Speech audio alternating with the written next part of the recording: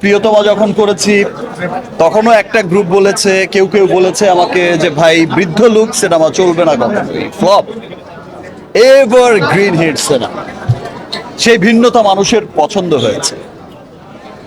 যখন এসে তুফান করেছি, রাফির প্রথম অ্যাকশন ওরিয়েন্টেড ফিল্ম, এরকম hardcore action film, romantic film তো cut to super duper action film. So তুফানও সুপার ডুপার ব্লকবাস্টার ফিল্ম হয়েছে। যখন এসে বরবাদ করেছি, যে ভাই শুধু ড্রাগসই নয়, শুধু কোকেনই খায়, সমাজ ধ্বংস হয়ে যাবে, এই হবে সেই হবে, সিনেমা চলবে না একদিনও। বরবাদও আপনারা দেখেছেন যে সুপার ডুপার ব্লকবাস্টার একটা সিনেমা হয়েছে। আর এবারও আমি ছোট্ট একটা চেষ্টা করেছি আমি সবাইকে সাথে নিয়ে। আর স্পেশাল থ্যাঙ্কস যাদের জানাবো, সান মোশন পিকচার্স, দ্যাট মিনস অজয়দা আমার পাশেই আছে। অজয়দা বা তাদের প্রোডাকশনের সম্পর্কে বলার কিছুই আর অবকাশ রাখে না। তারা সবসময়ই খুব ভালো ভালো সিনেমা সবাইকে উপহার দিয়ে যাচ্ছে। অ্যান্ড থ্যাঙ্কস অজয়দা, আমাকে বিশ্বাস করে এত চমৎকার একটা সিনেমা বানিয়েছেন, রকস্টার।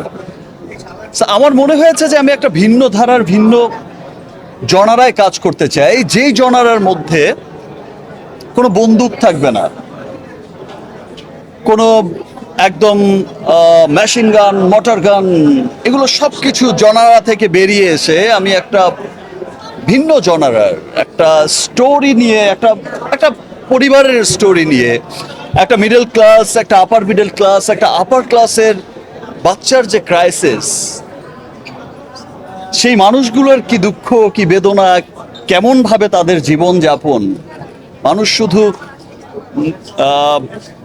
টাকা পয়সা, বা আপনারা দেখেছেন হয়তো সিনেমায় যে অনেক বৃত্তশালী হলেই, খাবারের অভাব না থাকলেই যে মানুষ সুখী হয়, তা কিন্তু না। সো পারিবারিক বন্ধনটা খুব দরকার হয়। এবারও সিনেমায় অনেক রকম ভাবেই ড্রাগস দেখানো হয়েছে, কোকেন দেখানো হয়েছে। আপনারা বিশ্বব্যাপী রকস্টারের লাইফস্টাইল অনেকটা ওই রকমই দেখেছেন, এইখানেও দেখেছেন এখনকার সমাজ যেখানে যাচ্ছে। আসলে লাস্ট সিনেমার এই সিনেমায় যারাই বলেছে যে শুধু ড্রাগস দেখানো হয়েছে, কোকেন দেখানো হয়েছে, আমি কোকেন না দেখালে বা ড্রাগস না দেখালে ড্রাগসের যে ক্ষতিকারক প্রভাব, ড্রাগস যে মানুষকে ডিস্ট্রয় করে দেয়, তার ফ্যামিলিকে ডিস্ট্রয় করে দেয়, সমাজকে ধ্বংস করে দেয়, তার জীবন থেকে জীবন কেড়ে নেয়, এই ভালো মন্দের পার্থক্যটা বোঝাবো কিভাবে? ড্রাগসকে দেখিয়েই তো তার ক্ষতিকারক প্রভাবটা বোঝাতে হয়েছে। এই গল্পে এত চমৎকার চমৎকার গান দেখানো হয়েছে, একটা উত্তর দিই তারপরে আবার দিচ্ছি। এত চমৎকার চমৎকার গান শোনানো হয়েছে, এত চমৎকার চমৎকার ভিজুয়াল দেখানো হয়েছে।